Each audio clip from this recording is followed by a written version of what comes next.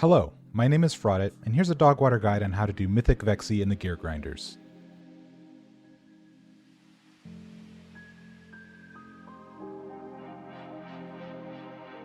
This fight is very forgiving with its mechanics, and you should be able to down it without too much issue, even in pug groups. Vexie is flexible with its raid comps, allowing for any combination of 2 tanks, 4 healers, and 14 DPS. Depending on the time of the tier that you're watching this, you can likely add or drop healers as needed to skip mechanics or to allow for more healing. First, the mythic changes. Bikes that bikers spawn when killed will no longer be usable right away. Instead, each bike will spew out 2 oil soaks that must be stood in by players before they land. Each player that soaks in oil can then run over to a bike to charge half of a bike's energy. No extra action buttons are needed. Once a bike is full energy, it can be interacted with and used to charge into the boss as in normal and heroic. Any soaks that are missed will instead spawn a large oil patch, limiting more of the arena, so make sure that no soaks are missed. Additionally, any player that soaks in oil will receive a debuff that dramatically increases the damage they take from additional soaks for 1 minute. Ideally, these players should not soak again until the debuff wears off. However, the damage is livable if the player pops a defensive. The other change is that during the damage amp intermission, an additional blue ad will spawn, called a support rig. This ad has a medium-sized zone around it that will cause allies to become immune to crowd control effects. Let's get into the strategy. Before starting the fight, you want to place a triad of 3 markers towards the right of the room, as such, and a stack mark on the opposite side of the arena. Once the boss is pulled, tanks can pull the boss to the right and drop the first tank oil on the middle marker, while players can open up with cooldowns that are 2 minutes or shorter. Immediately after, the tank and the raid move to the other side of the arena as quickly as possible.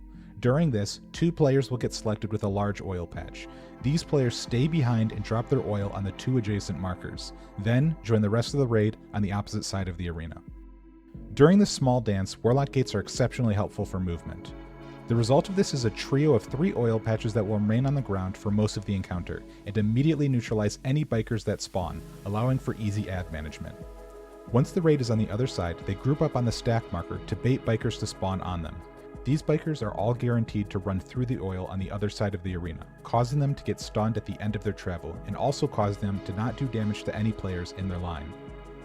Players nuke down the ads and make sure to stand in every possible soak. If multiple players stand in a single soak, only 1 player will get chosen for the oil and the vulnerability debuff, meaning in a pinch, if there's multiple stacks of soaks, many players can stand in it to prevent the oil from spawning. However, best bet is to avoid standing in overlapping soak puddles. At this point, when players are selected for oil patches, simply take them out to the sides of the arena. When players are selected for fire, make sure to take them through any oil patches to clear them. You can clear up as much as you want, since the oil at the beginning of the fight will do all the work in neutralizing bikers. There are 3 sets of 3 bikes total, and only 6 bikes are needed to start the intermission. This means that if you fall behind on bikes from missed soaks, you can catch up from the last wave of bikes, but keep in mind you'll have very little time to DPS down the last set of bikes before sending them in. If you are on time with bikes, don't send in the 6th bike right away. It is optimal to hold on to the bike until Vexie reaches full energy, and then cancel her in Rage Cast with the last bike. This causes her damage amp to line up with 2-minute cooldowns. Pop Lust and burn down the boss while also CCing the little ads that spawn. There are 3 support rigs that will spawn during this phase, 1 at the beginning, 1 halfway through the damage amp, and 1 at the very end. Players make sure to CC these blue ads as soon as they spawn to make sure they stay out of the raid.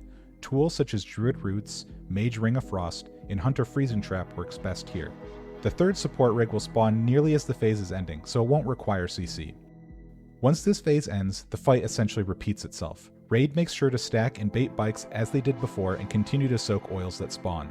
Keep in mind that after the 2nd intermission, the oils on the opposite side of the room will now despawn. To counter this, as soon as the 2nd intermission ends, tanks quickly drag the boss to the other side of the room to spawn the same trio of oil patches as the beginning. Once those are dropped, the raid can move back to the other side and repeat as normal. And that's it! Loot your purples and prepare yourself for the big dino and gorilla fight next. If you like this guide, I plan to make more, so be sure to subscribe for more guides. Thank you for watching.